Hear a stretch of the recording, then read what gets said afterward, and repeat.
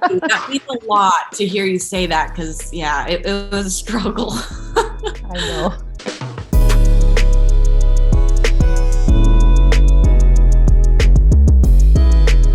Hello, Hallie. Hi. Thank you so much for your time. It's a pleasure to talk to you and to talk about Montani's story that I think your performance was amazing. And yes, so let's start from the beginning. What attracted you to the story and to the script? Oh wow. Well, I'm just always looking out for stories and characters that feel like when you read something, you just kind of a script and you're an actor, you just kind of sorry, I have cat hair just floating around everywhere. You just Don't kind of worry. know, or you just kind of know if you connect to it and if it's going to be like fulfilling and inspiring for you. And it's very rare to have that feeling when you just like, meet people, read something, connect to a character in that way. It's extremely rare and it's extremely special to have that moment where you feel that and you have that like clarity of like, oh, this is, I'm supposed to do this. And you're genuine, like it ruffles all the stuff up inside you. And that's what meeting and talking to and starting to collaborate with Scott and David that was what was reading the script that was my connection with Aaron. That was what happened when I met Owen and we started working together. It was just like this constant stream of like things lining up and feeling genuinely fulfilling and exciting. So yeah. And that relationship that you built with Owen, the brother and sister relationship, was like very difficult for you guys. Like, how did you tackle that? No, he's my brother. Like I'm an only child and he's my brother. Like he's the closest thing I've ever felt to a brother. He's honestly, acting with him felt so safe no matter what was going on outside of him or I and the scene we were doing. Like just every time I was in a scene with him or like right before a scene when you're kind of centering yourself and connecting to it, I just always from the very beginning, from like rehearsals with him, I felt that kind of connection and that safety and that trust. And that's also very rare. So there was a lot of rare things that kind of lined up and I was thankful enough to have on this. Yeah. Yeah. You also have like the relationship with the dad, like dad and daughter relationship, the relationship with the horse.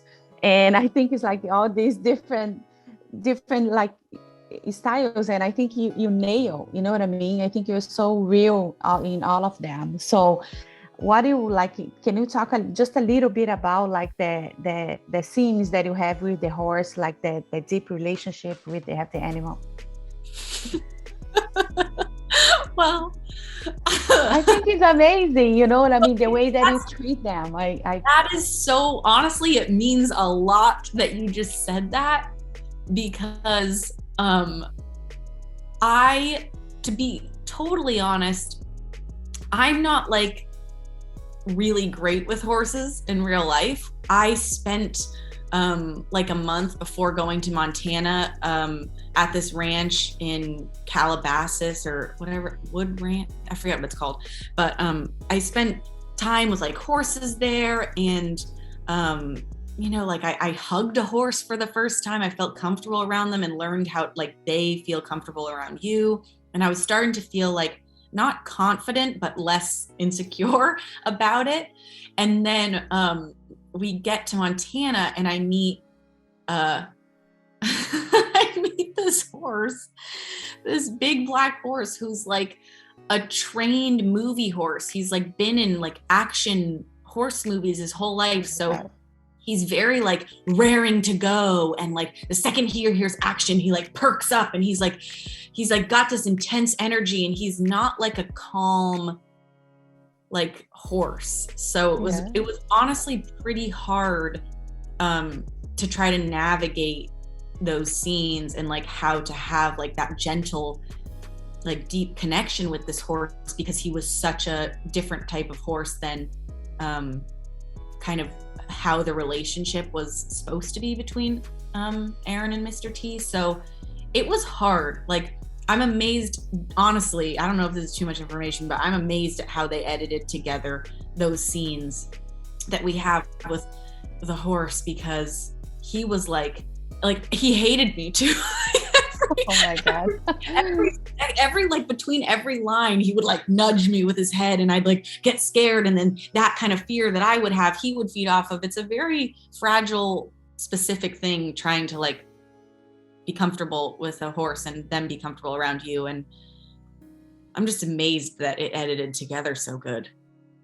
That's amazing. Helly, I just want to thank you so much for your time. A pleasure to talk to you. And you totally nailed that relationship with the horse. Thank you. That means a lot to hear you say that, because yeah, it was a struggle. I know. Yeah. Ciao. Bye. Nice to see you. Bye-bye. Bye. Aaron? Just want to see him one more time. 7 years ago, she ran away from him. How is it that I'm feeling pity for him right now?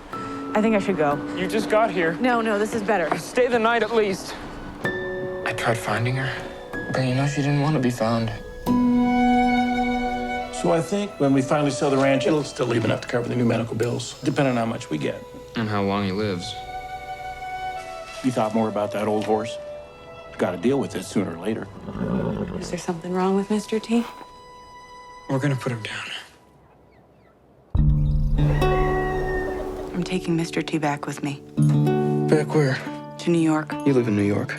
I'm not going to let you kill him. Are you planning on keeping an old horse in the Big Apple? What, you think I'm being stupid? Of course not. I've done way stupider things for animals than drag a horse from Montana to New York. It's insane. I think she doesn't know how to make the pain go away, but maybe this she can do. I saw what happened that night, what he did to her. And I just froze. I knew what I should do. That I could stand up to him, that I could stop him. But I didn't. So, I hear you have gotten a little taste of our family history from my brother. Pretty rough, huh?